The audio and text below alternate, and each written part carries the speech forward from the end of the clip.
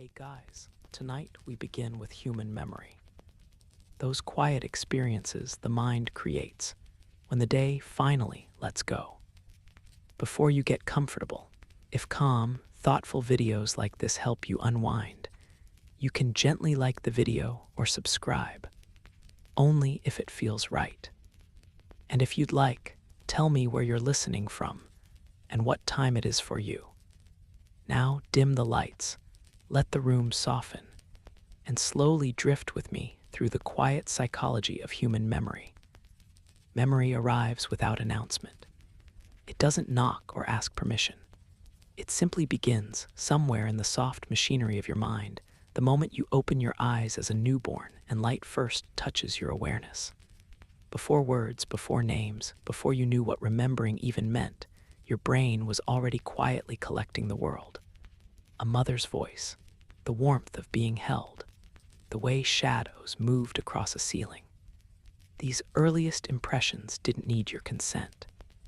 They formed like dew on morning grass, appearing as naturally as breath itself. There's something deeply comforting in knowing that memory has been with you all along. It is not something you must create or force into being. It is already there, woven into the fabric of your existence, a silent companion that walks beside you through every moment of your life.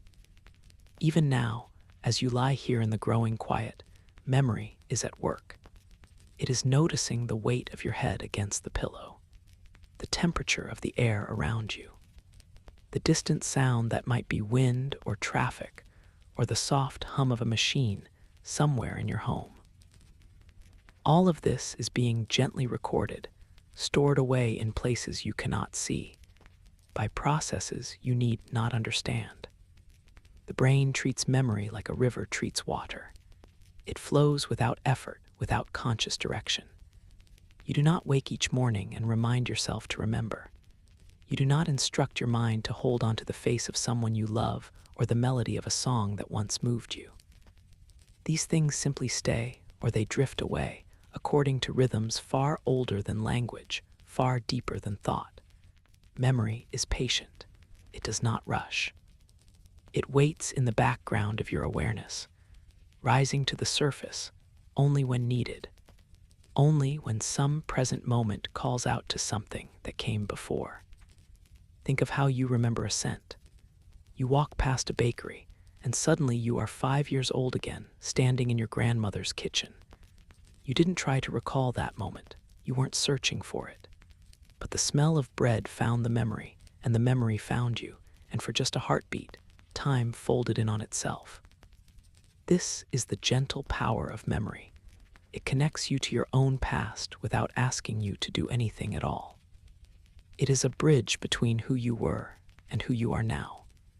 And you cross that bridge 100 times a day without ever noticing. Scientists speak of memory as if it were a filing system, a library of stored information neatly organized into categories and shelves. But memory feels nothing like a library. It feels more like an ocean, vast and deep, where some things float easily on the surface while others rest in darkness far below. Some memories shimmer in clear detail. Others blur and shift, changing shape each time you reach for them. And some, perhaps most, never surface at all. Yet they still influence the currents of your thoughts, the choices you make, the person you have become. The brain does not record experience the way a camera records an image. It does not press a button and capture a perfect replica of reality. Instead, it takes pieces, fragments of sensation, emotion, meaning, and weaves them together into something that feels whole. A memory is not a photograph. It is more like a story the brain tells itself. A story built from whatever details seemed important at the time, filtered through your mood, your attention, your understanding of the world in that particular moment. This means that memory is never quite as solid as it feels. It shifts, it changes. Each time you remember something, you are not pulling out a fixed recording and playing it back unchanged. You are reconstructing it, rebuilding it from scattered pieces, and in that rebuilding, small details may alter. A color might brighten, a voice might soften, an emotion might grow stronger or fade. This is not a flaw in the system. This is simply how memory works. It is alive, flexible, evolving alongside you. There's a strange comfort in this impermanence. It means that memory is not a prison. You are not locked forever into the exact shape of the past. Time softens sharp edges. Distance brings new perspective. What once hurt may, in memory, become gentler. What once seemed overwhelming may shrink to something manageable. The brain knows how to protect you. It knows when to blur a painful detail, when to let a difficult moment fade just enough that you can carry it without being crushed by its weight. Even now, as you rest here, your brain is making quiet decisions about what to keep and what to release. It is sorting through the day you just lived, deciding which moments matter, which sensations deserve space in the long archive of your life. You are not aware of this process. You do not feel it happening. But it is there, a soft and constant maintenance, like a gardener tending to a vast and ancient garden, pruning what no longer serves, nurturing what still holds meaning. Memory does not ask for your attention. It does not demand that you focus or concentrate. It simply waits, holding space for the life you have lived, ready to offer pieces of the past whenever the present has need of them. And in this waiting, there is a kind of grace. Memory does not judge. It does not criticize. It simply holds what you have experienced, as gently as a hand holds water, letting some slip through the fingers, keeping what it can. As we move deeper into this quiet exploration, let yourself settle into the idea that memory is not something you must control or perfect. It is not a skill to master or a test to pass. It is simply part of being alive. It is the way your mind makes sense of time, the way your brain strings together moments into a life that feels continuous, coherent, whole. You do not need to work at remembering. You do not need to try. Memory is already there, already working, already holding you in its gentle embrace. So breathe slowly. Let your thoughts soften, and know that as you drift toward sleep, memory is still with you, still quietly attending to the small task of holding your life together, one soft impression at a time. Far beneath the surface of awareness, in the dim and quiet spaces where thought has not yet taken shape, the brain is learning. It is always learning, even when you do not intend it, even when you are not paying attention. Experience arrives and the brain receives it, and in that receiving, something changes. A connection strengthens. A pathway grows clearer. A pattern begins to form. This is encoding, the first gentle step in the creation of memory. And it happens as naturally as a leaf falling to the ground in autumn. Encoding begins with perception. The world sends signals, light, sound, texture, temperature, and your senses translate those signals into something the brain can understand. A photon strikes your retina. A sound wave vibrates the tiny bones in your ear.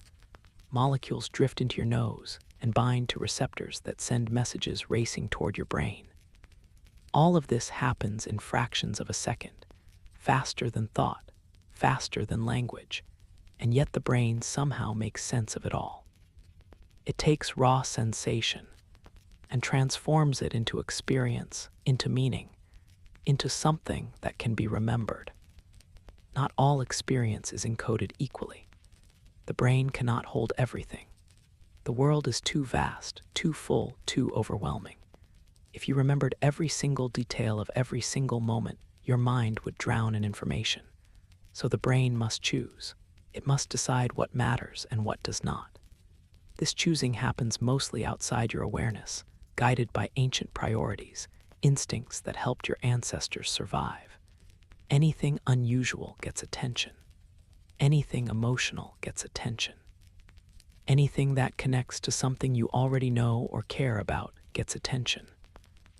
The rest drifts past like clouds across a distant sky, noticed briefly, and then released. Attention is the gatekeeper of memory. What you attend to has a chance of being encoded. What you ignore almost certainly will not be. This is why you can drive the same route 100 times and remember almost nothing of the journey.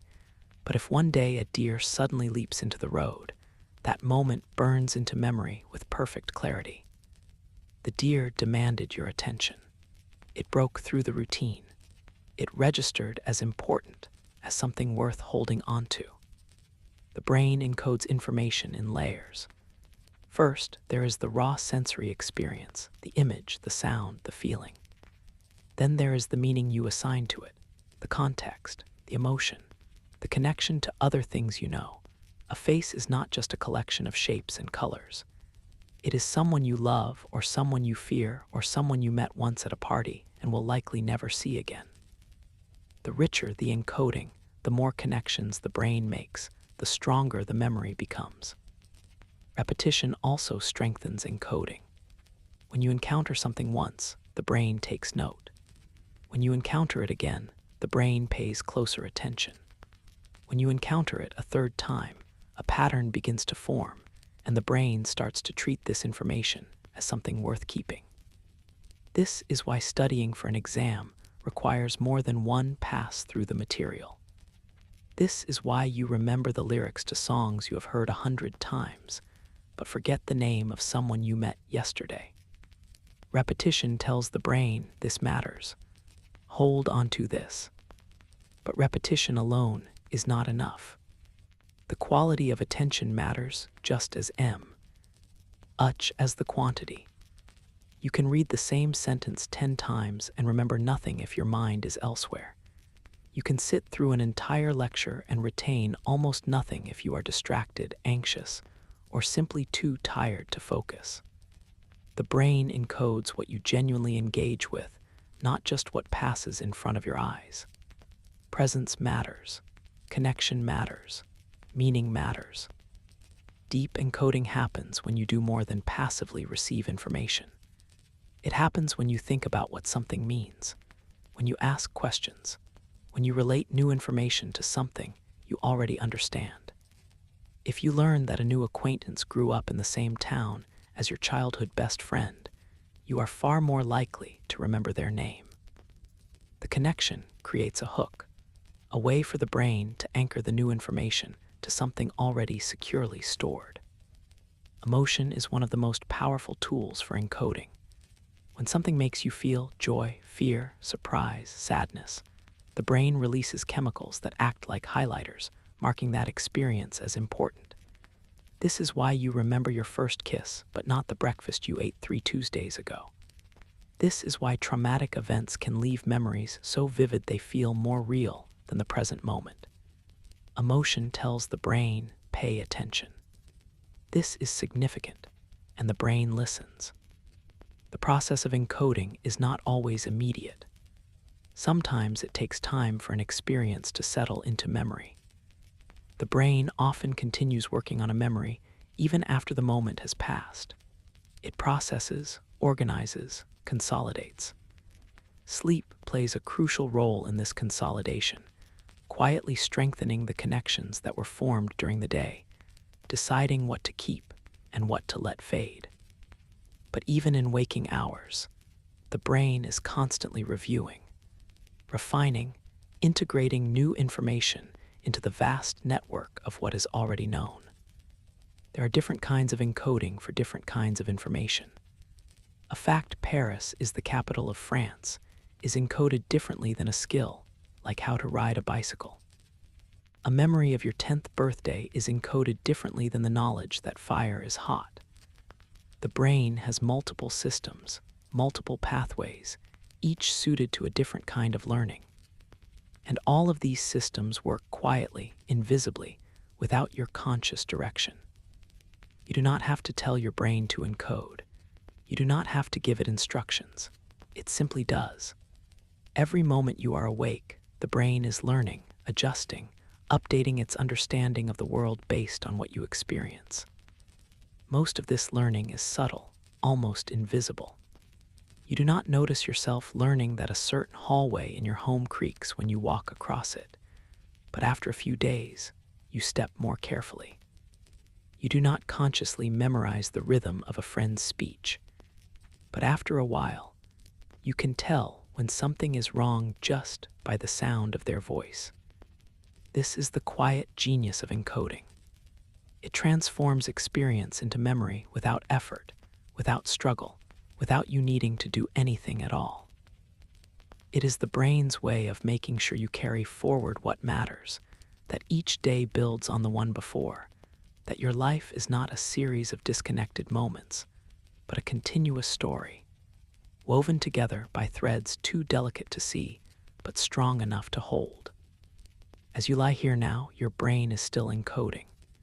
It is noticing the softness of the sheets, the weight of sleep beginning to settle over you, the sound of these words as they drift through the quiet. It is taking all of this in, deciding what to keep, what to release, weaving it gently into the fabric of your memory. And you do not have to help. You do not have to try. You can simply rest and let the brain do what it has always done, what it will always do, as long as you are alive. Some thoughts arrive and stay only briefly, like a bird landing on a branch before taking flight again. They touch down softly, linger for a heartbeat, and then they are gone, leaving barely a trace behind. This is the nature of short-term memory, the gentle holding space where information rests for just a moment before it either moves deeper into the mind or drifts away entirely. It is not a failure when something fades. It is simply the way the brain manages the overwhelming flow of experience that arrives each second of your waking life. Short-term memory is small, delicate, easily disrupted. It can hold only a handful of things at once: a phone number you just heard, the first half of a sentence someone is speaking, the thought you had 2 seconds ago before something else caught your attention. Scientists often say that short-term memory can hold about 7 pieces of information, though the actual number varies from person to person and moment to moment. Some days you feel sharp, capable of juggling multiple thoughts at once. Other days, a single distraction is enough to make everything scatter. This fragility is not a flaw. It is a design. The brain cannot afford to hold on to everything. If every fleeting thought, every passing sensation, every tiny detail stayed in your awareness, you would be paralyzed by the sheer volume of information. Short-term memory is a filter, a temporary workspace where the brain can examine something briefly, decide if it is important, and then either commit it to deeper storage or let it fade. Most things fade, and that is exactly as it should be. Think of short-term memory as a shallow pool at the edge of a vast ocean. Water flows in constantly, sensations, thoughts, perceptions. But the pool stays small because water is also flowing out, returning to the ocean, making space for whatever comes next. You do not grieve the water that flows away. You do not mourn every thought that slips from your mind. You simply let it go, trusting that what matters will stay, and what does not matter will dissolve back into the quiet from which it came. The experience of short-term memory is so seamless that you rarely notice it. You hear someone say their name, and for a few seconds you hold it in mind. If you repeat it, if you connect it to something familiar, it might move into longer-term storage. If you are distracted, if another thought intrudes, the name vanishes, and a moment later you realize you cannot recall it at all. This is not a sign of poor memory. This is simply the natural lifespan of information that was never deeply encoded. Interference is one of the main reasons short-term memories fade. When new information arrives, it competes with what is already there. Imagine trying to hold a conversation while also listening to music, reading a text message, and thinking about what you need to do later. Each of these tasks demands a piece of your attention, and short-term memory can only stretch so far before something gives way. The thought you were just holding slips loose. The sentence you were about to say evaporates. You blink and it is gone. But this forgetting is not permanent. The information was never fully stored in the first place. It was only borrowed, held briefly, and then released. True forgetting happens later when something that was once encoded begins to fade. But short-term memory is different. It is more like looking at something and then looking away. The image disappears not because you have forgotten it, but because you stopped holding it in your gaze. Time also erodes short-term memory. The longer you wait, the more likely the information is to fade. This is why you can repeat a phone number to yourself for a few seconds and dial it successfully. But if you are interrupted halfway through, you often have to hear it again. The memory was never strong enough to survive a delay. It was a whisper, not a shout, and whispers do not carry far. Short-term memory is also remarkably context-dependent. You walk into a room with a clear purpose, and then, standing in the middle of that room, you cannot remember why you came. The thought that brought you there has already faded, dissolved by the act of moving through space, by the slight shift in context that broke the delicate thread holding the intention in place. You walk back to where you started, and sometimes the thought returns, summoned by the familiar surroundings, the same context that first gave it shape. This is why routines help. When you put your keys in the same place every day, you do not need to remember where they are. The location becomes automatic, woven into a deeper kind of memory that does not rely on short-term attention. But when you break the routine, when you set your keys down somewhere unusual, you must rely on short-term memory to hold that information. And short-term memory is not always reliable. It is easily distracted, easily overwritten, easily lost. Despite its limitations, short-term memory is essential. It is the space where you hold a thought long enough to do something with it, where you keep a question in mind long enough to ask it, where you remember the beginning of a sentence so you can understand the end.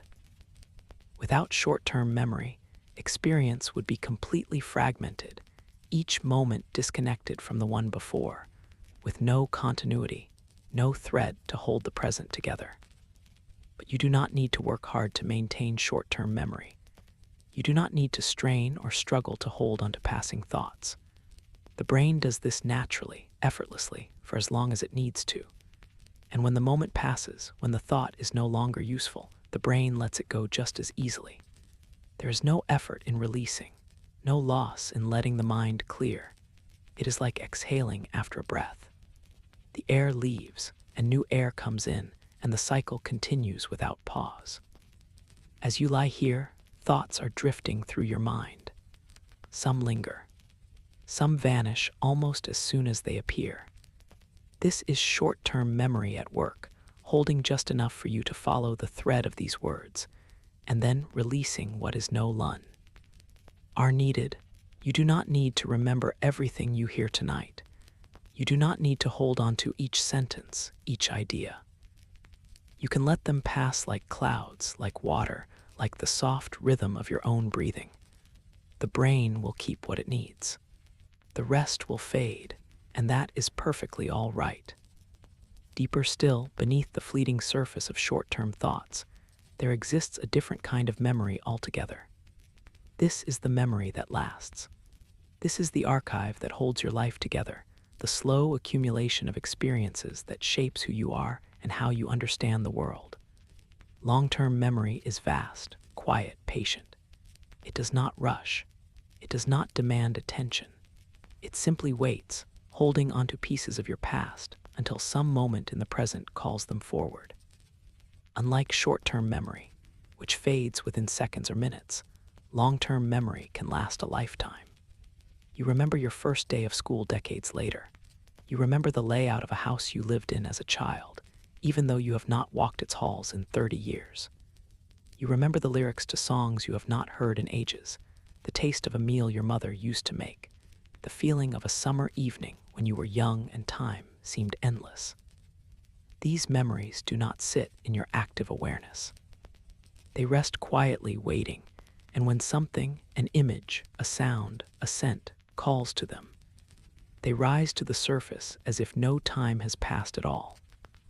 The transition from short-term to long-term memory is called consolidation, and it is a slow, mysterious process. Not everything you experience makes this journey. Most things do not.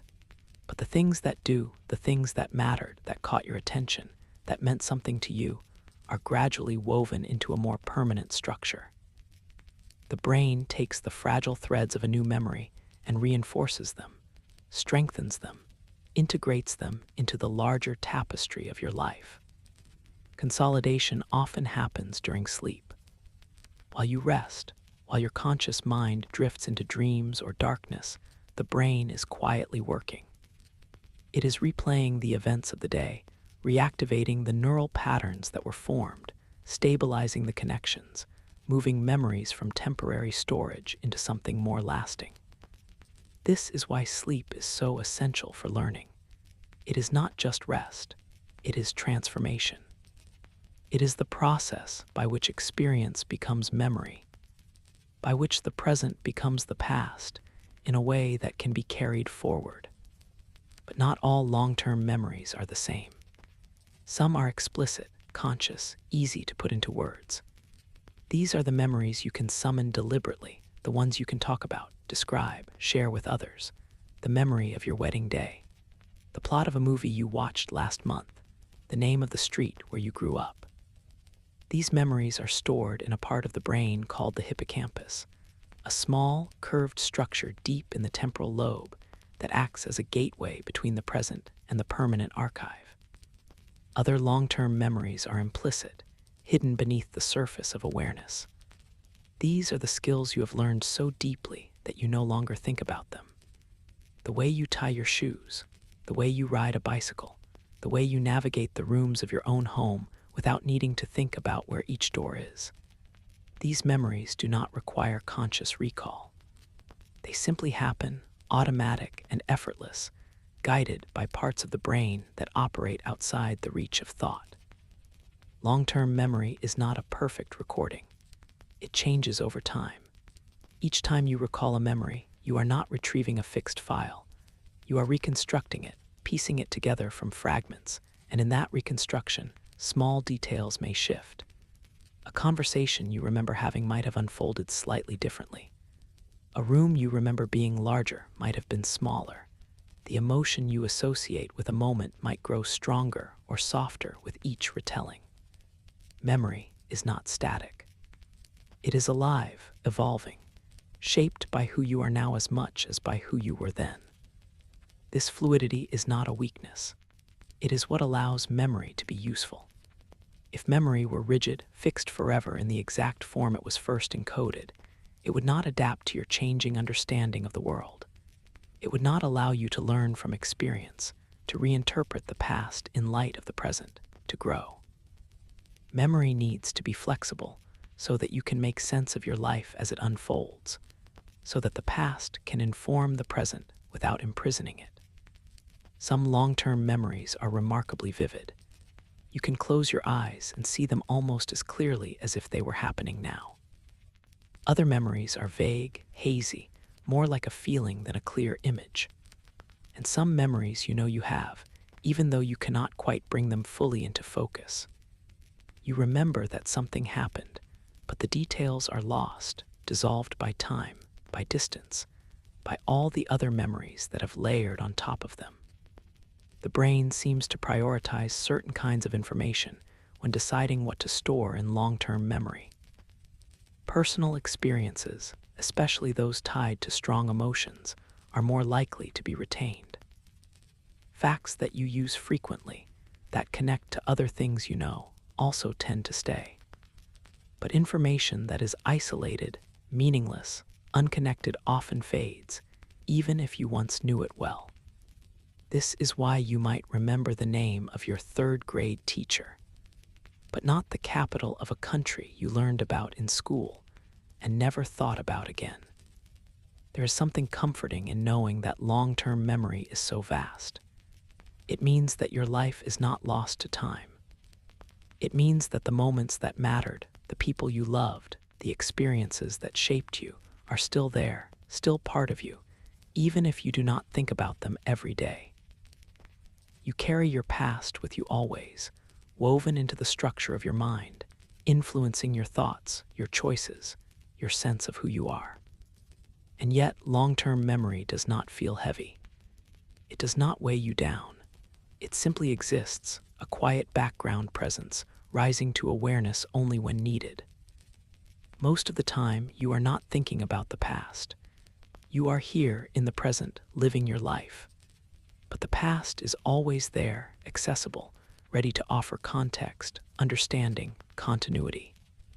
As time stretches forward, as you live more years, your long-term memory grows richer, deeper, more layered. Each new experience adds to the archive. Each new learning reshapes the connections. And through it all, the brain continues its quiet work, sorting, storing, maintaining the delicate balance between holding on and letting go, between preserving what matters and releasing what no longer serves. So rest now, knowing that the memories that need to stay will stay. The brain knows what to keep. You do not have to decide. You do not have to try. You can simply be here in this moment and trust that the past will take care of itself, held safely in the soft, enduring embrace of long-term memory. Some memories feel different. They arrive with a weight, a vividness, a presence that ordinary memories do not have. You do not just remember them, you feel them. The joy, the fear, the heartbreak, the wonder, all of it returns, not as a faint echo, but as something immediate, almost as real as when it first happened. These are emotional memories, and they linger in a way that neutral experiences do not. They stay sharp when other memories blur. They surface unbidden when other memories must be searched for. They shape you in ways you often do not realize. The brain treats emotional experiences as important. When something makes you feel deeply, whether the feeling is pleasant or painful, the brain releases chemicals that amplify the encoding process. Adrenaline, cortisol, dopamine, all of these act as signals that tell the brain, this matters, remember this. And the brain listens. It strengthens the connections. It prioritizes the memory. It makes sure that this moment, more than most others, will not be forgotten. This is why you remember your first kiss more clearly than your first algebra lesson. Why you remember the day you lost someone you loved more clearly than most ordinary Tuesdays. Why a moment of unexpected kindness can stay with you for decades. Emotion stamps the memory, marks it as significant, ensures that it becomes part of the permanent record of your life. But emotional memories are not always accurate. The intensity of the feeling can make the memory seem more vivid than it truly is. You might remember a moment as brighter, louder, more dramatic than it actually was, simply because the emotion amplified everything. The brain does not care about perfect accuracy. It cares about what matters. And what matters, in the brain's estimation, is how something made you feel. Negative emotions seem to create especially strong memories. Fear, in particular, is a powerful teacher. If you touch a hot stove and burn your hand, you remember. If you narrowly avoid a car accident, you remember. If someone betrays your trust, you remember. These memories are encoded quickly, deeply, because they serve a purpose. They teach you what to avoid, what to be cautious of, how to protect yourself. The brain does not want you to repeat painful mistakes, so it makes sure that painful experiences are not easily forgotten. This is why traumatic memories can be so persistent, so intrusive. The brain encodes them with such intensity that they can feel more present than the present itself. They return without warning, triggered by something small, a sound, a smell, a fleeting similarity to the original event, and suddenly you are not here anymore. You are back in that moment, feeling it all over again. This is not a flaw in memory. It is the brain's way of trying to keep you safe, of making sure you never forget the danger. But it can also feel like a burden, like carrying a wound that will not heal. Positive emotions also create lasting memories, though often in a gentler way. Joy, love, all these feelings illuminate experience, making moments stand out in the otherwise steady flow of time. You remember the laughter at a family gathering, the first time you saw the ocean, the quiet contentment of an evening spent with someone you care about. These memories do not intrude the way painful memories can, but they are there, ready to be summoned when you need them, offering comfort, warmth, a reminder that life holds beauty as well as difficulty. The amygdala, a small almond-shaped structure deep in the brain, plays a central role in emotional memory. It responds quickly to anything the brain perceives as emotionally significant, especially threats. When the amygdala activates, it sends signals that enhance memory formation, ensuring that the experience is encoded strongly. This is why emotional memories often feel so clear, so detailed, even years later. The amygdala made sure they were recorded with extra care. But emotional memories are also shaped by context and interpretation. The meaning you assign to an event influences how you remember it. If something initially seems frightening, but later turns out to be harmless, the memory may soften over time. If something initially seems minor but later proves significant, the memory may grow stronger in retrospect. Emotion is not just about the moment itself. It is also about how you understand the moment, how it fits into the larger story of your life. Nostalgia is a curious form of emotional memory. It is a longing for the past, often tinged with sadness, yet also comforting. When you feel nostalgic, you are not remembering events exactly as they were. You are remembering them through a soft filter, emphasizing the warmth, the simplicity, the sense of belonging, while letting the difficulties fade into the background. Nostalgia is not about accuracy. It is about emotion, about finding solace in the idea that there was a time when things felt easier, safer, more whole. Shared emotional experiences often create the strongest bonds between people. When you go through something intense with someone else, whether it is joy or hardship, the shared memory becomes a kind of glue. You remember not just the event, but the feeling of being together in that moment, of witnessing the same thing, of understanding each other without needing words. These shared memories can sustain relationships across distance and time because they remind you of a connection that runs deeper than circumstance. Emotional memories also evolve. Time does not erase them, but it can soften their edges. A loss that once felt unbearable may, years later, become something you can hold without being overwhelmed. The joy of a long ago summer may grow sweeter as you realize how rare such moments are. The brain continues to work on emotional memories, reshaping them, integrating them into the broader narrative of your life, finding ways to carry them that feel bearable, meaningful, human. As you lie here now, you might find yourself brushing against emotional memories. A face, a place, a feeling, let them drift by gently. You do not need to hold on to them. You do not need to dive into them. They are there, part of you, woven into the fabric of your mind, and they will remain whether you attend to them or not. For now, simply let them pass, like soft ripples on the surface of a quiet pond, and let yourself settle deeper into rest. Deep within the brain, tucked beneath the cortex, lies a small structure shaped like a seahorse.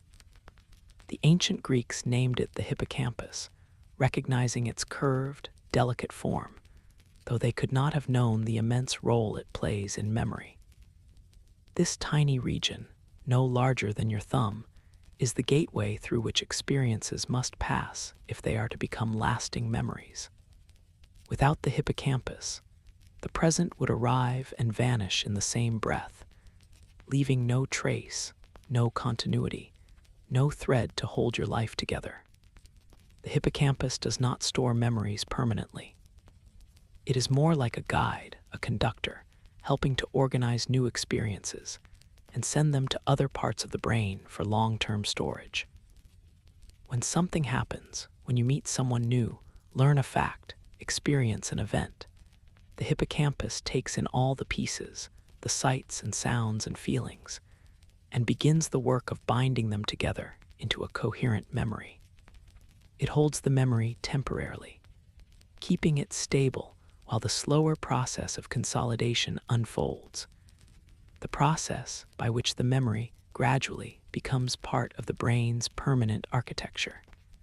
This work happens mostly in the background, outside your awareness.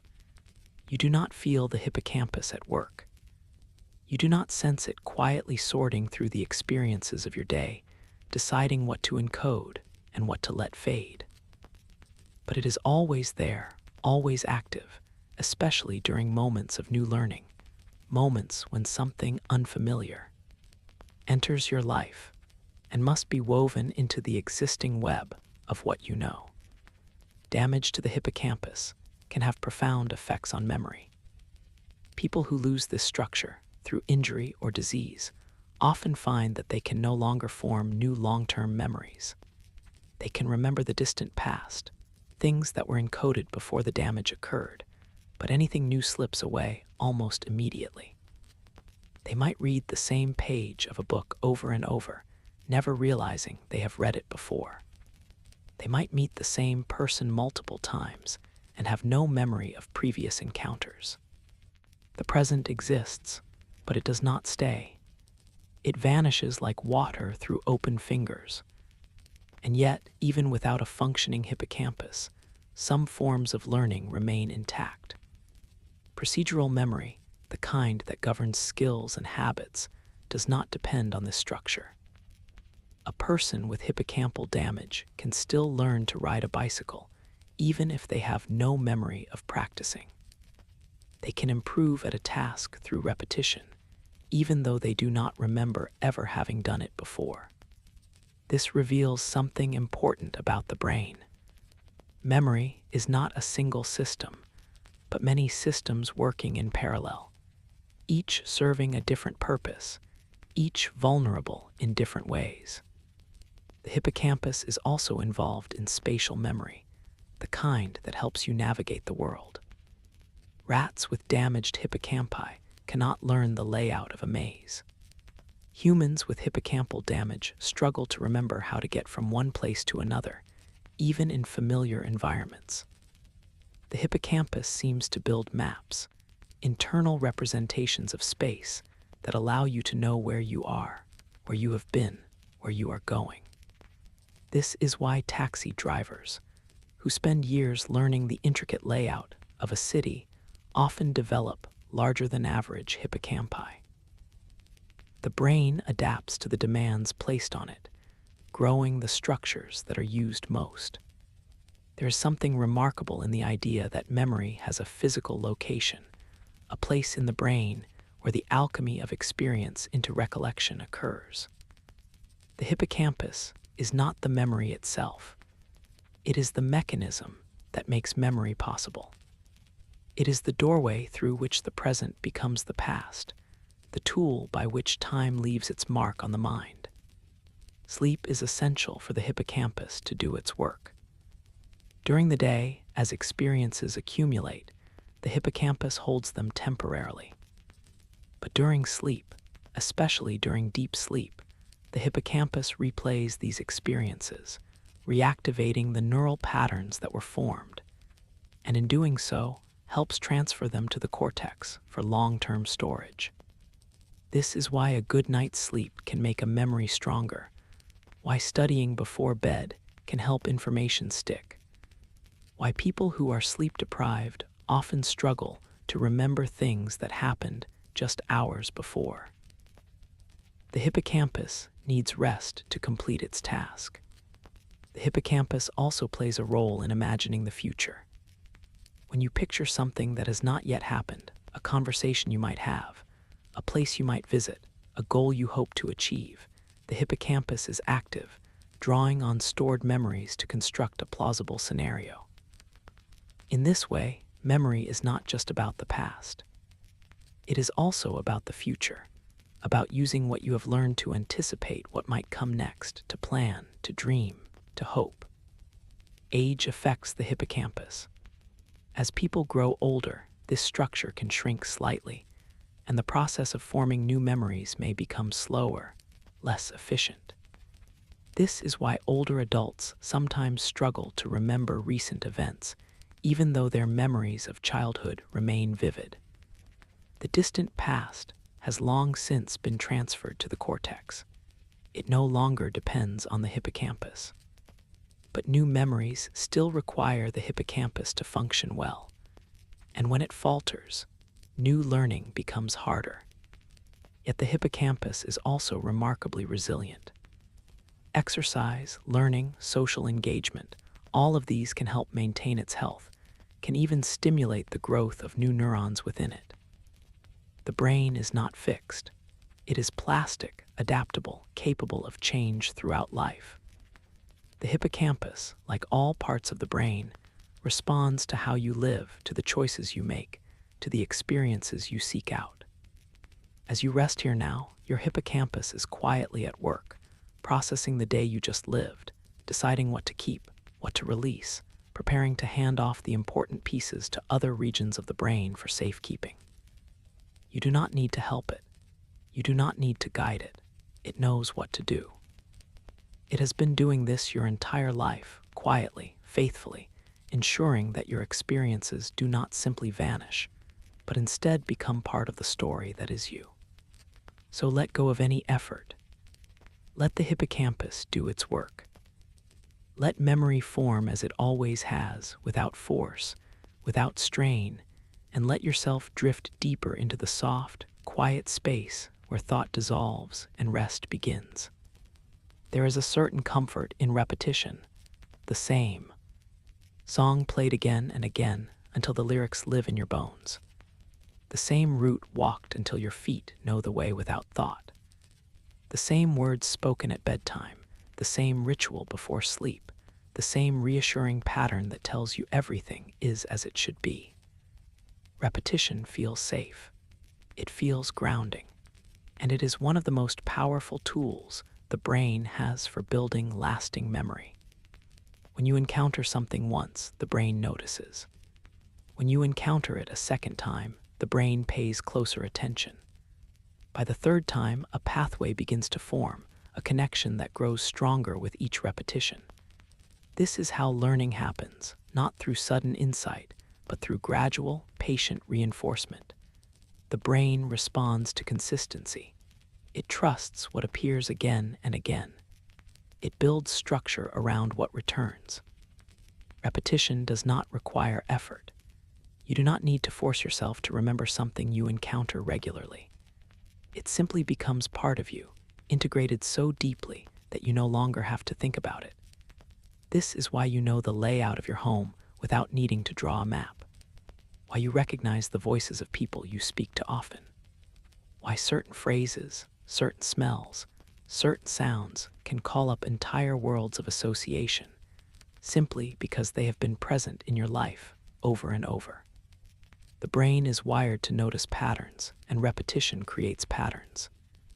Each time you repeat an action, a thought, a piece of information, you're tracing the same neural pathway.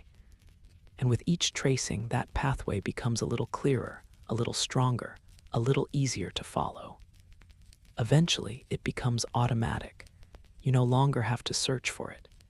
It is simply there, ready, waiting, as natural as breathing. This is why habits are so hard to break.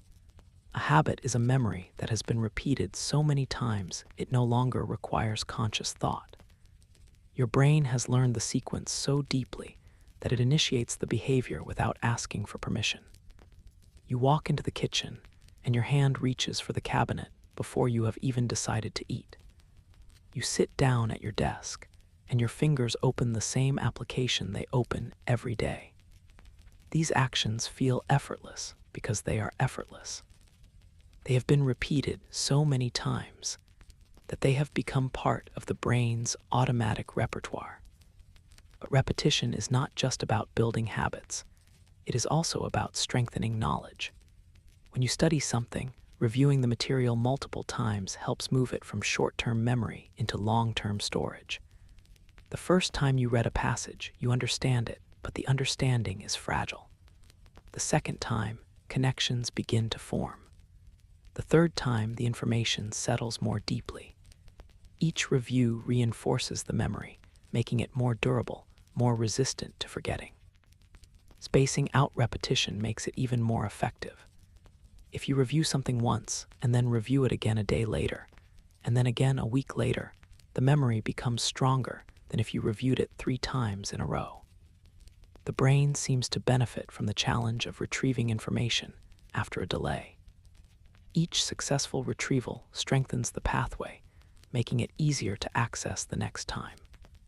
This is called spaced repetition, and it is one of the most reliable techniques for long-term learning. Repetition also creates a sense of familiarity, and familiarity feels good. When you hear a song for the first time, it might sound strange, jarring, hard to follow. But after you have heard it a few times, it begins to feel comfortable. You start to anticipate the melody, the rhythm, the way one phrase leads into the next. This is why people often grow to love songs they initially disliked. Repetition transforms novelty into comfort. The same principle applies to people, places, ideas. The more you are exposed to something, the more familiar it becomes, and the more you tend to like it. Psychologists call this the mere exposure effect. It is why you feel affection for the neighborhood you have lived in for years, even if it is not objectively special. It is why certain foods taste better the more you eat them. Repetition breeds fondness, safety, trust. In childhood, repetition is essential. Children ask for the same story to be read over and over, not because they have forgotten it, but because the repetition itself is comforting. It helps them learn the structure of language, the shape of narrative, the rhythm of words. It gives them a sense of control and predictability in a world that is still mostly new and overwhelming. Repetition tells a child, this is stable. This is safe. This will be here again tomorrow. Even in adulthood, repetition serves this purpose. Routines provide structure. They reduce the need for constant decision-making. They free up mental energy for other things. When you do not have to think about every small task, when your morning routine is automatic, when your evening wind-down flows the same comforting steps, you conserve cognitive resources. You make space for creativity, for problem-solving, for simply being present. But repetition can also trap you. When you repeat the same thoughts over and over, when you rehearse the same worries, the same regrets, the same anxieties, you strengthen those pathways too. The brain does not distinguish between helpful repetition and harmful repetition. It simply learns what you practice. This is why rumination can be so difficult to break. The more you think a thought, the easier it becomes to think it again, until it feels like the only thought available. Awareness of this can be liberating. If repetition strengthens pathways, then you have some control over which pathways you strengthen. You can choose, gently, to redirect your attention, to practice different thoughts, different responses, different ways of being.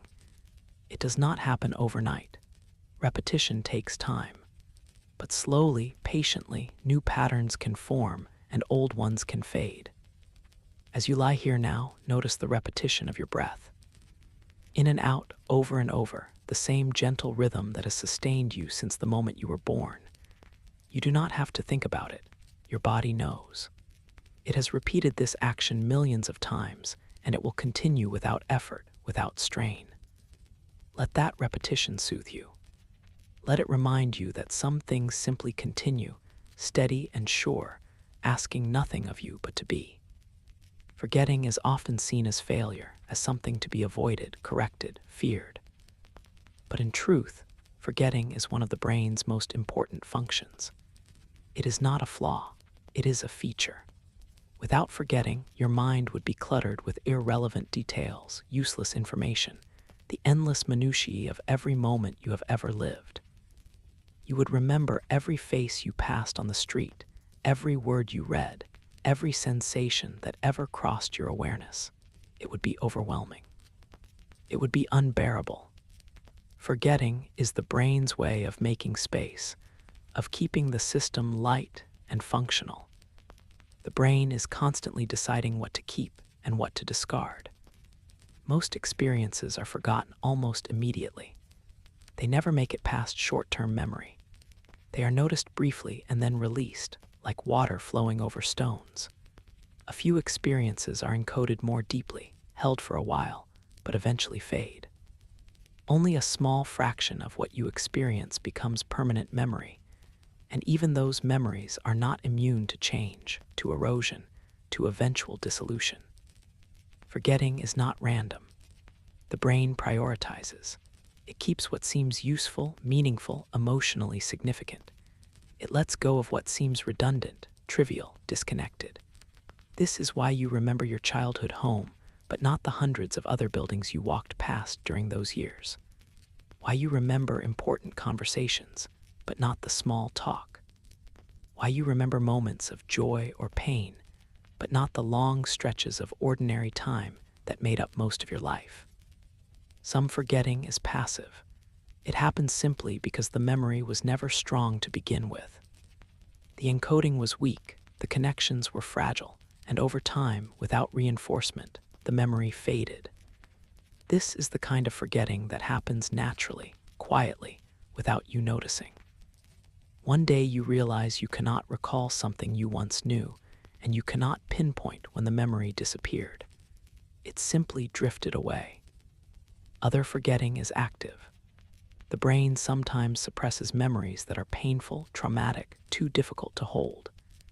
This is not the same as erasing them. The memories may still be there, buried deep, influencing your thoughts and feelings in ways you do not consciously recognize. But they are kept out of awareness, pushed down, locked away, because bringing them to the surface would be too destabilizing. This kind of forgetting is protective, a shield the brain constructs to help you function. Interference also causes forgetting.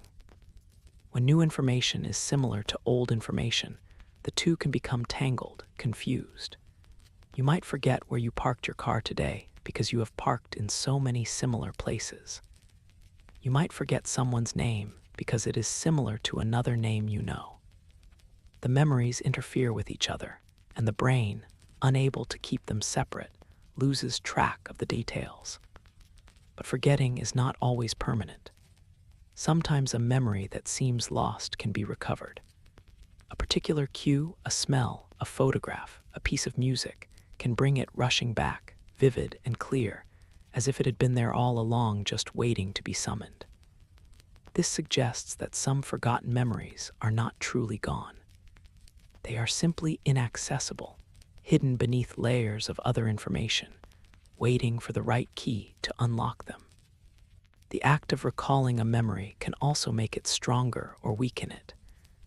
Each time you remember something, you are not just retrieving it. You are reconsolidating it, rebuilding it. And in that process, it can change. Details might shift. Emotions might intensify or soften. And sometimes, the act of recalling a painful memory in a safe context can actually reduce its emotional charge, a principle used in certain forms of therapy. By bringing the memory to the surface and processing it, you can change its hold on you. There's a kind of forgetting that feels like release. When you finally let go of a grudge, when you stop replaying a hurtful conversation, when you move past a mistake you made years ago, you are not erasing the memory entirely. You are simply allowing it to lose its power. You are giving yourself permission to stop carrying it at the front of your mind. It becomes part of the past in a quieter way, no longer demanding your attention, no longer shaping your present. Forgetting also allows for growth. If you held onto every version of yourself, every outdated belief, every old way of seeing the world, you would never be able to change. Forgetting frees you from the past. It makes space for new learning, new perspectives, new possibilities. It lets you become someone different without dragging the full weight of who you used to be. The brain knows what it is doing. It knows when to hold and when to release. You do not need to control this process. You do not need to fear forgetting. What needs to stay will stay. What needs to go will go. And in that gentle, ongoing process of sorting and sifting, the brain creates a version of your life that is manageable, meaningful, yours. So if there are things you have forgotten, let them be forgotten. If there are things you wish you could forget, trust that time will soften them. And if there are things you hope to remember, notice them, tend to them, but do not cling. Memory is not something you possess. It is something that moves through you, arriving and departing according to its own quiet logic. As you rest here now, let the day's memories settle. Let the brain begin its quiet work of sorting, storing, releasing. You do not need to supervise. You do not need to hold on. You can simply rest, knowing that the brain will take care of everything as it always has, as it always will. Attention is the light the mind shines on the world. Without it, experience is dim, formless, passing without leaving a trace. But when attention lands on something, truly lands, fully and completely, that something becomes vivid, clear, memorable. Attention and memory are deeply intertwined. What you attend to, you are more likely to remember. What you ignore, even if it passes right in front of you, often vanishes as if it never happened at all. You cannot remember what you do not notice. This seems obvious, but it explains so much about why memory sometimes feels unreliable. You walk down a familiar street and later cannot recall if you passed a certain store. You sit through a meeting and realize you have no memory of a key point that was discussed, not because your memory is broken, but because your attention was elsewhere. The information arrived, but it never crossed the threshold into awareness. It was there, but you were not. Attention is limited. You cannot attend to everything at once. The world offers far more information than your mind can process, so the brain must choose. It filters out most of what enters your senses, keeping only what seems relevant, important, interesting. This filtering happens automatically, mostly outside your conscious control, guided by instinct, habit, expectation. You notice movement before stillness. You notice your own name before a stranger's. You notice what matters to you, and the rest fades into the background. This is why distraction is such a powerful disruptor of memory. When your attention is split between multiple things, when you are trying to listen to a conversation while also checking your phone, while also thinking about something you need to do later, nothing gets your full attention. The brain tries to encode all of it, but without focused attention, the encoding is shallow, weak, easily forgotten. You might feel like you are doing many things at once, but your memory of each individual thing suffers. Focused attention, by contrast, creates strong memories. When you are fully present, fully engaged, the brain encodes deeply. You remember the details. You remember the context. You remember not just what happened, but how it felt, what it meant. This is why moments of intense focus, reading a book you cannot put down, having a conversation that captivates you, working on a project that absorbs you completely, are remembered so much more clearly than the blur of distracted, half-attentive hours. Attention is also drawn to novelty. Anything new, unusual, unexpected captures attention easily. This is why you remember the day something surprising happened, but not the 100 ordinary days that came before and after. The brain is always scanning for change, for difference, for anything that breaks the T-turn. Novelty signals that something might be important, might require a response, might be worth remembering. But sustained attention on something familiar requires effort. It is easy to pay attention to a sudden loud noise. It is much harder to pay attention to a lecture that drones on for an hour. The brain's natural tendency is to let attention wander when nothing new or engaging is happening. This is not laziness. It is efficiency. The brain does not want to waste resources on processing the same information over and over.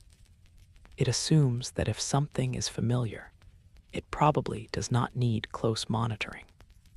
This is why learning requires active engagement. Passively listening to information is not enough. You must do something with it. Ask questions, make connections, relate it to something you already know. These actions force your attention to deepen, and deeper attention leads to better encoding, stronger memory.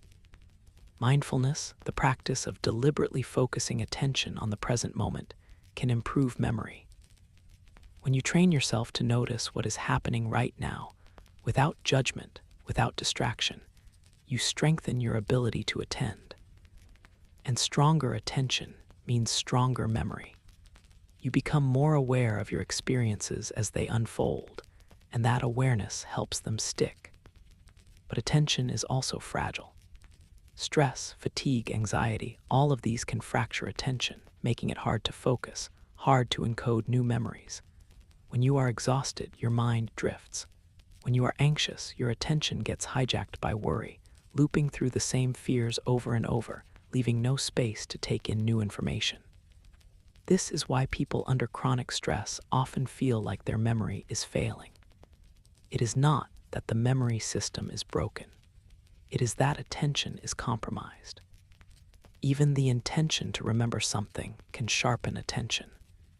If you know you will need to recall information later, you pay closer attention when you first encounter it. Students who know they will be tested on material study more carefully than those who do not. The expectation of needing the memory later changes how you attend to it now. Attention is also shaped by emotion. You automatically pay more attention to things that make you feel something. This is why emotional events are remembered so clearly. The emotion grabs your attention, holds it, refuses to let it wander.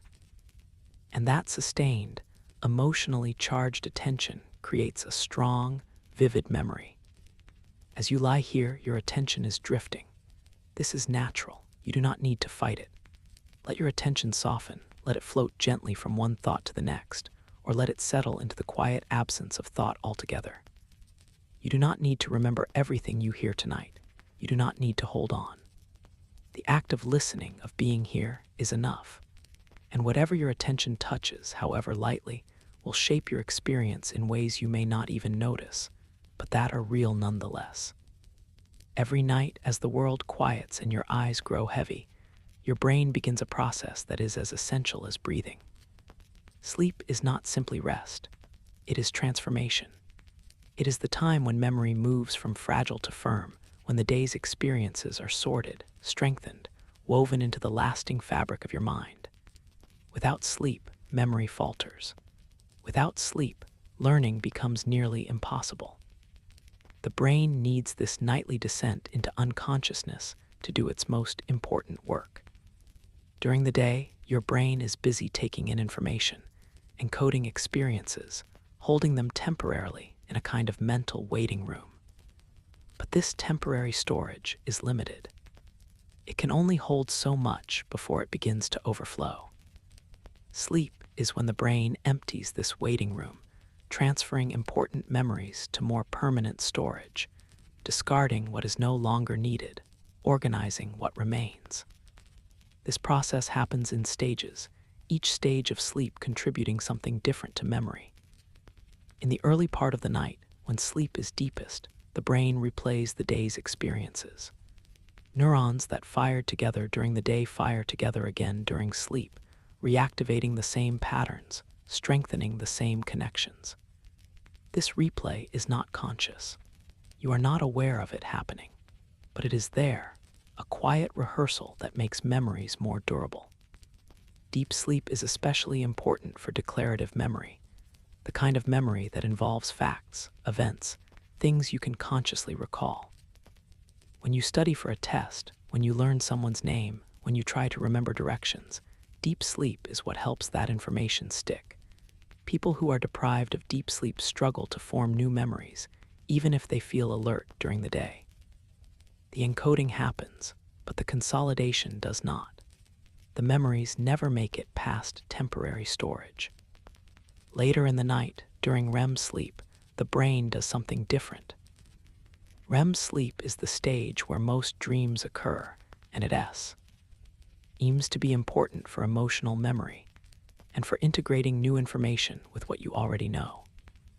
During REM sleep, the brain makes connections, finds patterns, links disparate pieces of information in ways that would not have been obvious during waking hours. This is why people sometimes wake up with sudden insights, solutions to problems they had been struggling with. Sleep allowed the brain to approach the problem from new angles, to see connections that conscious thought had missed. Sleep also helps decide what to forget. Not everything from the day is worth keeping. Much of it is trivial, redundant, irrelevant. During sleep, the brain prunes away the unnecessary details, keeping only what seems meaningful. This is not a failure of memory. It is a refinement, a way of keeping the system efficient, focused, useful. The relationship between sleep and memory is bidirectional. Good sleep strengthens memory, but memory also influences sleep. If you are anxious about something, if your mind is churning through unresolved problems, sleep becomes difficult. The brain cannot fully relax into the restorative stages because it is still active, still working, still trying to process something it perceives as urgent. This is why worry disrupts sleep, and why disrupted sleep makes it harder to think clearly, harder to remember, harder to cope. Napping can also benefit memory, especially if the nap includes deep sleep. A short nap in the afternoon can improve learning, can help consolidate memories formed earlier in the day. It is like giving the brain a chance to catch up, to do a little of the processing work it would normally do at night. But naps are not a substitute for full night's sleep. The brain needs the complete cycle, the progression through all the stages, to fully integrate and organize memory. Chronic sleep deprivation has cumulative effects on memory. Missing one night of sleep is difficult, but you can recover. Missing sleep night after night, however, degrades memory function in ways that are harder to reverse. The brain becomes less able to encode new information, less able to retrieve old information, less able to distinguish between what is real and what is imagined. Memory becomes fuzzy, unreliable, fragmented. But when sleep is good, when it is deep and uninterrupted, memory flourishes. You wake feeling not just rested, but clearer, sharper, more capable. The confusion of the previous day has settled. The things you struggled to understand now make sense.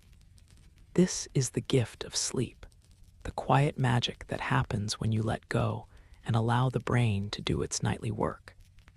So as you drift now, as your body softens and your thoughts begin to blur, know that this is not just rest. This is repair. This is consolidation. This is the process by which today becomes part of your permanent memory, part of the long story of your life. You do not need to do anything. You do not need to try. Simply let go, let sleep come, and trust that your brain will take care of everything while you rest. The earliest memories most people can recall begin around age 3 or 4. Before that, there is mostly darkness, a vast blank space where memory should be but is not. This phenomenon, called childhood amnesia, is one of the great mysteries of memory. You lived those early years. You experienced them. Your brain was forming, learning, taking in the world. And yet, almost none of it remains in conscious memory.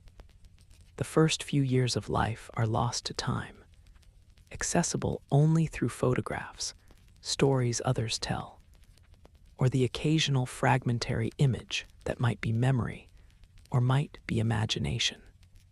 The brain of a young child is different from an adult brain.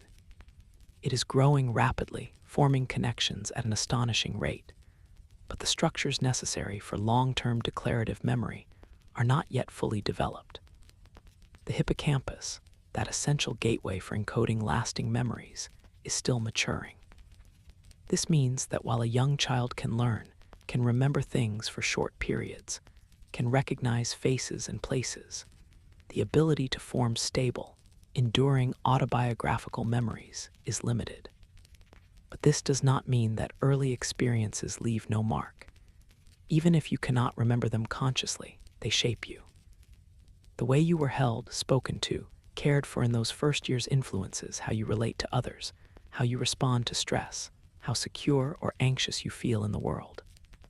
These are implicit memories, patterns encoded in the body and brain, outside the reach of conscious recall. They are not stories you can tell, but they are part of you nonetheless. As children grow older, memory begins to solidify. Around age 3 or 4, the hippocampus matures enough to support the encoding of lasting memories. Language also plays a role. As children develop the ability to narrate their experiences, to put events into words, memory becomes more structured, more durable. Language gives memory a framework, a way to organize and preserve experience that is not available to pre-verbal children. The memories that do survive from early childhood often have certain qualities. They tend to be emotional, significant, tied to events that stood out. A birthday party, a trip to the hospital, the arrival of a sibling. These moments are remembered not because the child consciously decided to remember them, but because they were encoded with extra intensity, marked as important by the brain's emotional systems. But even these early memories are fragile. They can be influenced by photographs, by stories told repeatedly by family members, by the process of reconstructing them over and over throughout life. What feels like a genuine memory of being 2 years old might actually be a memory of a photograph or a memory of hearing the story, rather than a direct recall of the experience itself. This does not make the memory false, exactly, but it is not pure either.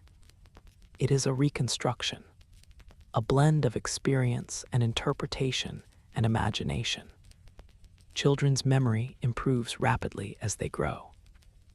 By school age, most children can form clear, lasting memories of their experiences. They can recall events in sequence, describe what happened, hold onto information they have learned. This is when formal education becomes possible, because memory can now support the accumulation of knowledge over time. But childhood memory is still different from adult memory. Children tend to remember the gist of an event rather than the details. They remember the feeling of something more than the specifics. They are also more suggestible, more likely to incorporate false information into their memories if it is suggested to them by an adult. This is why testimony from very young children must be treated carefully. Not because children lie, but because memory at that age is still flexible, still forming, still vulnerable to outside influence. The memories we carry from childhood often feel precious. They are the foundation of our sense of self, the earliest chapters of the story we tell about our lives. We return to them, revisit them, use them to understand who we are and where we come from. A happy childhood leaves behind warm memories that can comfort and sustain. A difficult childhood leaves behind memories that can haunt, but also teach resilience, strength, survival. And yet, even without clear memories, childhood shapes us. The brain is learning constantly in those early years, absorbing lessons about safety, trust, love, fear. These lessons become part of the implicit architecture of the mind, influencing thoughts and feelings and behaviors in ways that are largely unconscious. You might not remember the moment you learned that the world was safe or dangerous, but you carry that learning with you every day. As you rest now, perhaps a childhood memory drifts into awareness.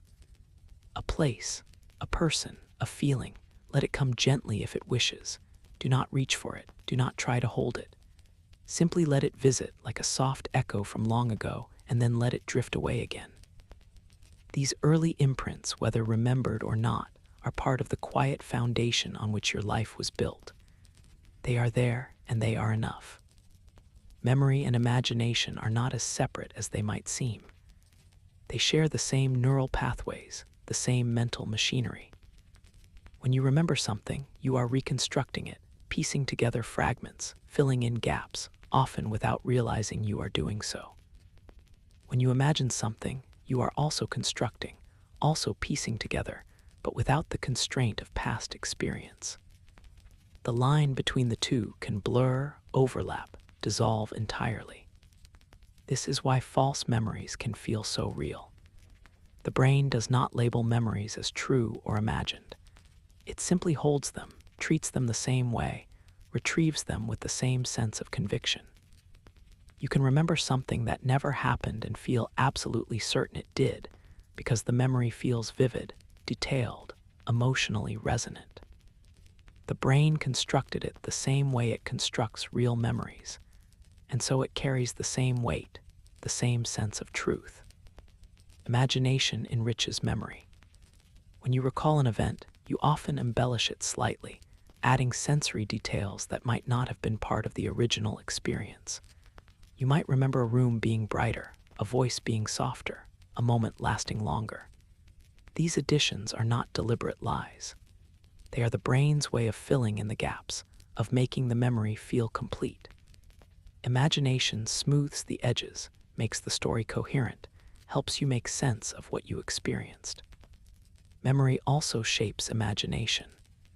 When you imagine the future, when you picture how something might unfold, you are drawing on past experiences. You are recombining memories, taking pieces of what has happened before and arranging them into new configurations. This is why it is hard to imagine something truly novel, truly unlike anything you have ever encountered. Imagination is constrained by memory, limited by the raw material the brain has to work with. Dreams are perhaps the purest example of this overlap. In dreams, memory and imagination merge completely.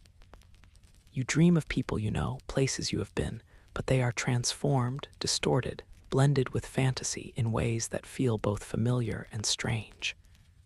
Dreams draw on memory, but they are not bound by it. They take what is known and make it new, surreal, impossible. This fluidity can be unsettling. If memory can be shaped by imagination, how can you trust it? How can you know what really happened? The answer is that memory is not about perfect accuracy. It is about meaning. It is about creating a coherent narrative of your life, a story that makes sense, that feels true, even if some of the details are inexact. Memory is not a recording. It is an interpretation. And interpretation always involves a degree of creativity. There is also something liberating in this overlap. If memory and imagination are intertwined, then you are not locked into a fixed past. You can revisit old memories and find new meanings in them. You can imagine different futures, drawing on the past but not imprisoned by it. You can rewrite the stories you tell about yourself, not by denying what happened, but by seeing it from new angles, by emphasizing different aspects, by allowing the narrative to evolve. Visualization, the practice of vividly imagining a desired outcome, works partly because the brain treats imagined experiences similarly to real ones. If you imagine yourself succeeding at something, practicing it mentally, the neural pathways involved in that action can be strengthened, almost as if you had physically practiced.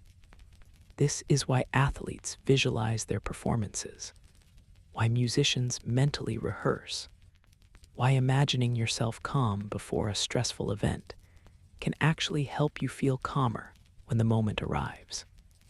But the overlap between memory and imagination also means you must be gentle with yourself.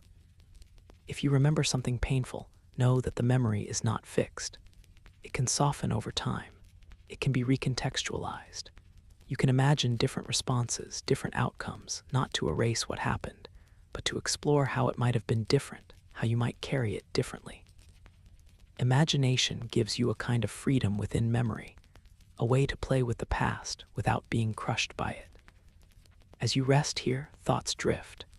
Some are memories, some are imagination, and some are a blend of both. There is no need to sort them, no need to decide what is real and what is invented. Let them flow together, let them mingle, let them shape and reshape each other in the quiet dark. This is how the mind works when it is at ease, when it is allowed to wander without purpose, without judgment, simply being. You do not think about tying your shoes. You just do it. Your fingers move through the sequence automatically, effortlessly, without needing conscious instruction.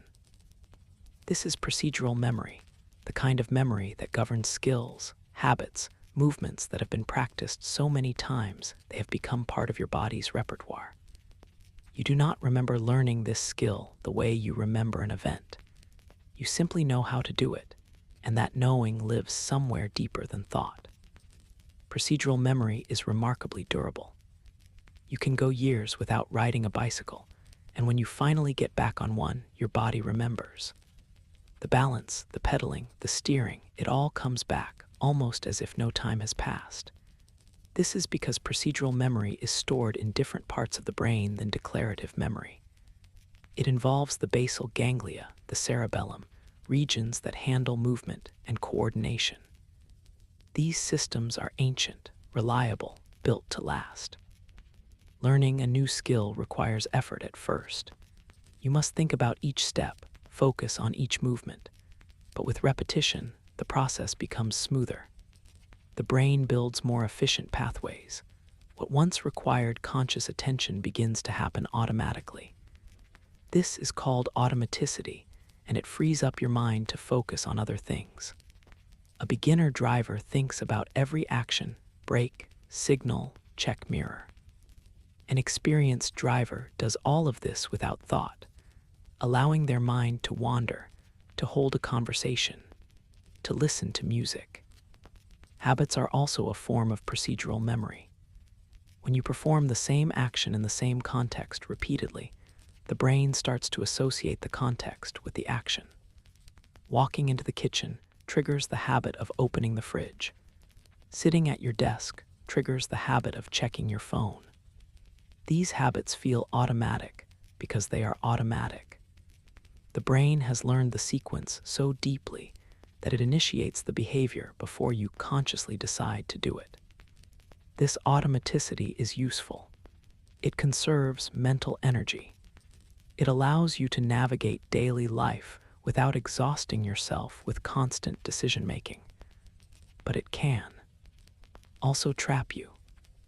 If a habit is unhelpful, if it no longer serves you, breaking it requires conscious effort.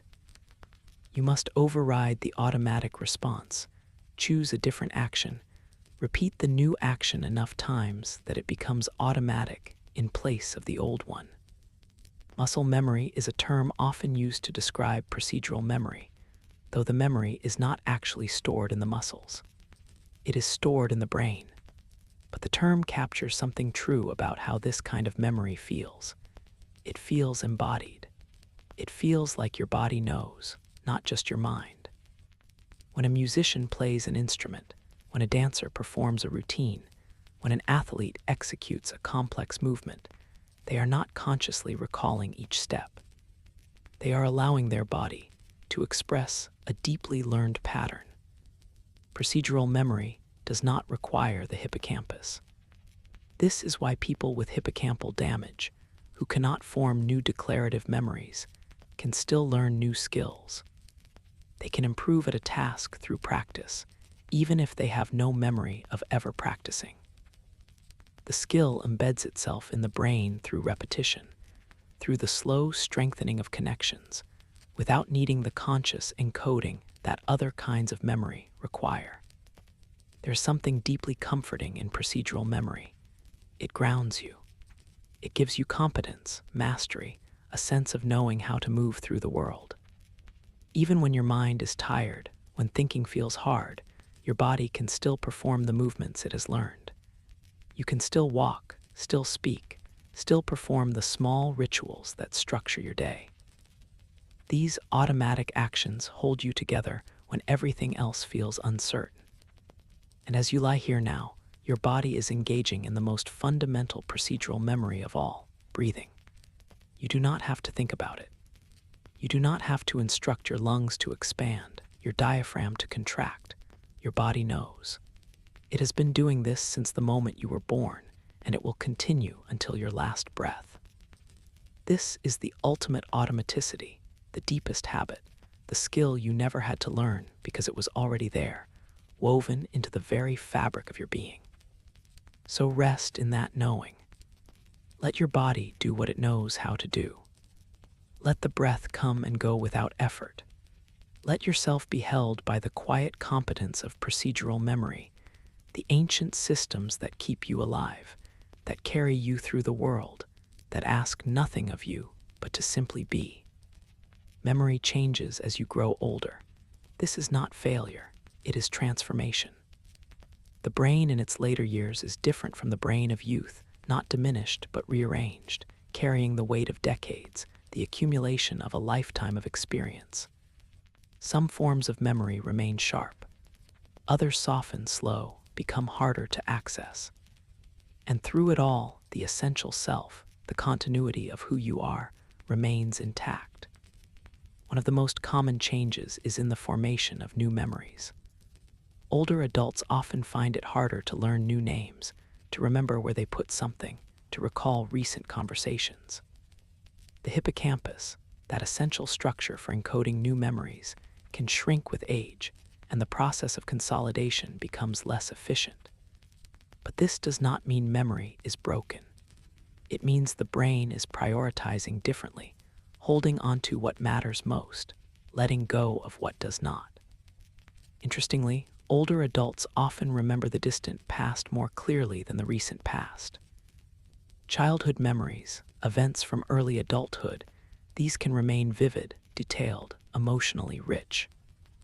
This is because those memories were encoded long ago, consolidated deeply, and stored in parts of the brain that are more resistant to age-related change. The recent past, by contrast, depends on the hippocampus, which is more vulnerable.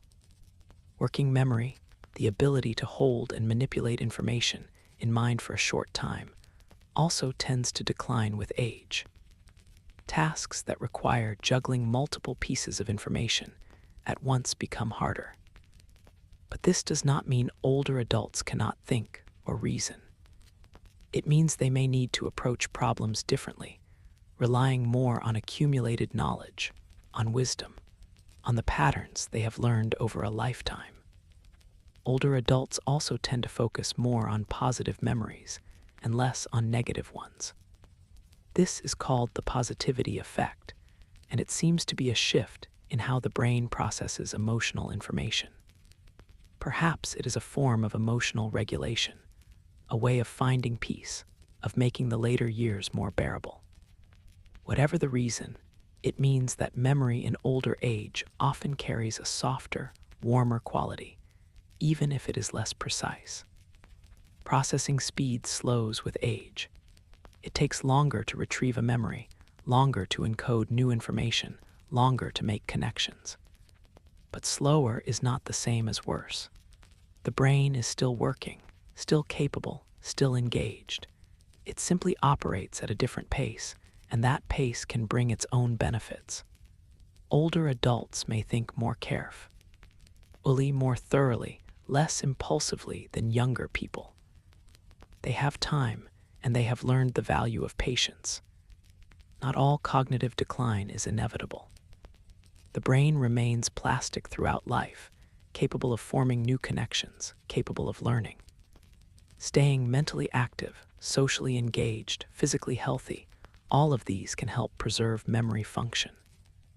The brain responds to how it is used. If you continue to challenge it, to give it new experiences, new problems to solve, it continues to adapt, to grow, to remain vital. And memory is not the same as wisdom. Even if an older person struggles to remember a name, they may have deep insight into human nature, into how the world works, into what truly matters. They have lived. They have seen patterns repeat. They have learned lessons that cannot be taught, only experienced. This kind of knowledge does not depend on sharp recall. It is woven into the very structure of who they are. There is grief in losing memory, in feeling the past slip away, in struggling to hold on to the present. But there is also grace. Memory, even as it fades, has done its job. It has held a life together. It has carried experiences forward. And as it loosens its grip, it makes space for something else. Presence, peace, the ability to simply be without the constant pull of past and future. As you rest here now, know that memory is always changing, always evolving, and that this is as it should be. You are not meant to hold on to everything forever. You are meant to live, to experience, to let some things stay and some things go. And through it all, the thread of your life continues, unbroken, held together not just by memory, but by something deeper, something that does not need to be remembered to be real. There is a particular comfort in familiar memories. They are like old friends, reliable, safe, always there when you need them. The memory of a place you loved, a person who cared for you, a time when life felt simple and good, these memories do not just recall the past. They offer solace in the present. They remind you that you have known joy, that you have felt secure, that there was a time when things were okay, and perhaps there will be such a time again. Familiar memories ground you. When the world feels chaotic, when the present is overwhelming, you can return to these memories and find steadiness. They are touchstones, anchors, places your mind can rest. You do not need to search for them. They are simply there, ready, waiting, as constant as your own heartbeat. Nostalgia is the emotion that often accompanies familiar memories. It is a bittersweet longing, a mix of happiness and sadness, a recognition that something precious existed and is now gone. But nostalgia is also healing. It connects you to your own continuity, to the sense that your life has meaning, that it is part of a larger story. In moments of loneliness, nostalgia reminds you that you have been loved. In moments of doubt, it reminds you that you have been capable, that you have survived before, that you can survive again. The brain seems to curate a collection of these familiar memories, polishing them over time, returning to them again and again. They become almost like stories you tell yourself, narratives that define who you are. The summer you spent at your grandparents' house, the friend who understood you when no one else did, the moment you realized you were strong or brave or worthy. These memories shape your identity, give you a sense of self that persists across time. But familiar memories are not always accurate. The brain edits them, emphasizes certain details, softens others. You remember the warmth and forget the discomfort. You remember the laughter and forget the moments of tension. This is not dishonesty. It is the brain's way of creating meaning, of distilling experience into something that can be held comfortably, that can nourish rather than burden. Sharing familiar memories with others can deepen connection. When you reminisce with someone who was there, who shared the experience, you create a bond. You validate each other's past. You remind each other that the memory is real, that it happened, that it mattered.